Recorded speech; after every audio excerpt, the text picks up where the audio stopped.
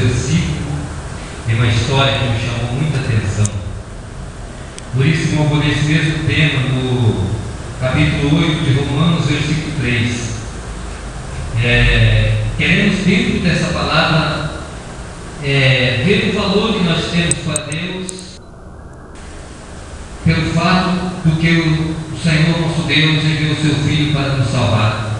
Até porque estamos na semana do Natal, em que se comemora o nascimento de Jesus. Portanto, o que era impossível à lei, visto como estava enferma pela carne, Deus enviou o seu Filho em semelhança de carne do pecado, e pelo pecado condenou o pecado na carne, para que a justiça da lei se cumprisse em nós, que nós não andamos segundo a carne, mas segundo o Espírito. Amém. Deus seja louvado nessa noite. Aleluia. Poderia se acertar, irmãos, por gentileza. Queridos irmãos, dentro desse texto eu observei um confronto histórico, em que até hoje existe, viu, pastor? Esse confronto até hoje existe. Jesus, quando ele veio ao mundo, quando Deus olha para a terra e não vê um justo sequer, quando ele dá a lei para Moisés, pela lei isso, pela lei aquilo, pela lei não pode isso, pela lei não pode aquilo, e por aí foi. Quando ele dá a lei a Moisés, aleluia, todos querem seguir a lei, todos queriam cumprir a lei, porém, Deus olhando, não havia um justo sequer. Deus olhava para a terra, não havia ninguém capaz, possivelmente, que cumprisse a lei, pois todo pregava a lei, todo falava sobre a lei, porém ninguém cumpria uma lei. Aí Deus olha para baixo e se compadece de nós. Diga comigo, o que seria da geração futura se Deus olhasse para a terra? Aleluia! O que seria da geração futura se Deus não olhasse para a terra naquele momento? Aleluia! E Deus olha com o olhar de misericórdia e diz: alguém daqui tem que descer para salvar a humanidade.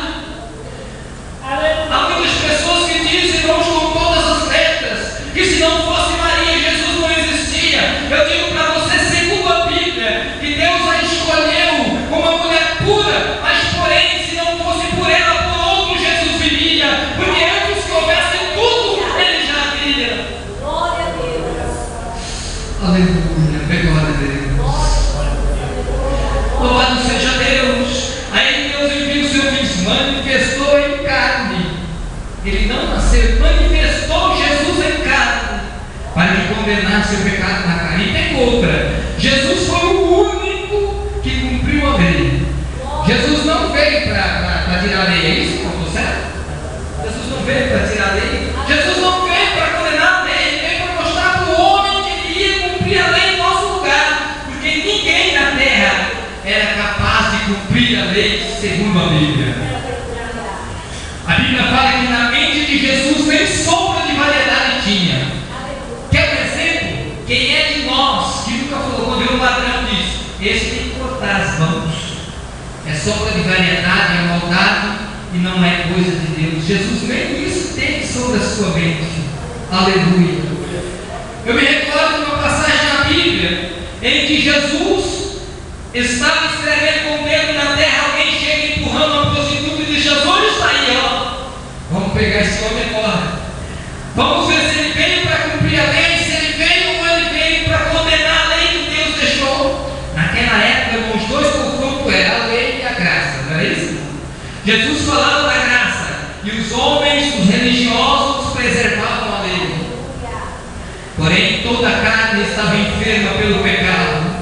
Naquele momento não havia ninguém salvo, ninguém com obras capazes de alcançar o reino de Deus, porque as suas obras eram mal. Na Bíblia está escrito que toda a justiça do homem são como trapos de imundícia.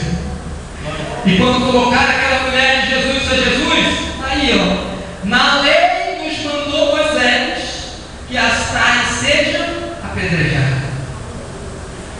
Jesus podia falar: não, aquela lei está errada. Jesus não falou isso, porque não estava errada a lei. Errado estavam os homens que não cumpriam a lei que Deus deixou. Aleluia. E E tu, pois o que disse? Insistia perguntando, e Jesus, escrevendo com o dedo na terra, olhou para os homens e disse: entre vós, aquele que não tem pecado, seja o primeiro a tirar a pedra contra ela. E olha que estávamos falando de pessoas religiosas, estávamos falando de pessoas que viviam dentro dos templos pregando a palavra de Deus, de pessoas que se consideravam santas, de pessoas que consideravam-se cumpridores da lei, e naquele momento teve que se calar, porque ali foi um ponto crucial para que todos entendessem que na terra não havia ninguém justo. Quer um exemplo? Quer um exemplo? Quando Judas traiu Jesus, Pedro se levantou e disse para ele: Senhor, ainda que eu tenha que morrer contigo, eu nunca vou te negar. Diga misericórdia, Jesus. Nunca diga isso, irmãos. Toda a justiça do homem são como um trapo de imundícia. Mas eu louvo a Deus nessa noite, porque todas as vezes que olho para a palavra de Deus, eu vejo a graça de Deus. Quando eu vejo um grupo louvando a Deus, eu vejo a glória de Deus, eu vejo a misericórdia de Deus. Isso nos enriquece, isso nos faz nos alegrar e louvar o nome do Senhor, da beleza da tua santidade. Pedro bateu no peito e disse: ainda que todos te negam, eu não te negarei. Jesus olha para Pedro e diz: Pedro, hoje à noite, hoje, presta atenção, antes que o galo canta 2 ou 3 vezes me negarás. Sabe quem era? Você tem noção de quem era Pedro para Jesus? Pedro era um homem segundo o coração de Jesus. Pedro foi o homem que Jesus entregou à igreja e disse: Pedro, eu sei que tu és Pedro, e a ti te digo, sobre essa pedra edifico a minha igreja, as portas do inferno não prevalecerão contra ela. Santo, aleluia. Aleluia. Santo, santo. E outra ocasião ele diz: Pedro, tu me ama, Pedro, apacenta minhas ovelhas. Pedro foi o homem que teve o privilégio de receber das mãos de Jesus a igreja que até hoje existe. Aleluia. Eu louvo a Deus essa noite, irmãos, porque a palavra de Deus é misteriosa. E Pedro negou Jesus quando se deu diante da situação. Ele era o homem que diz: nunca te negarei, eu sou justo, eu vou estar fiel a ti, eu vou estar onde o Senhor entrar, vou entrar também. Se alguém me matar, vai ter que me matar também, porque eu vou estar ali. Aleluia. E ele negou Jesus. Sabe por quê?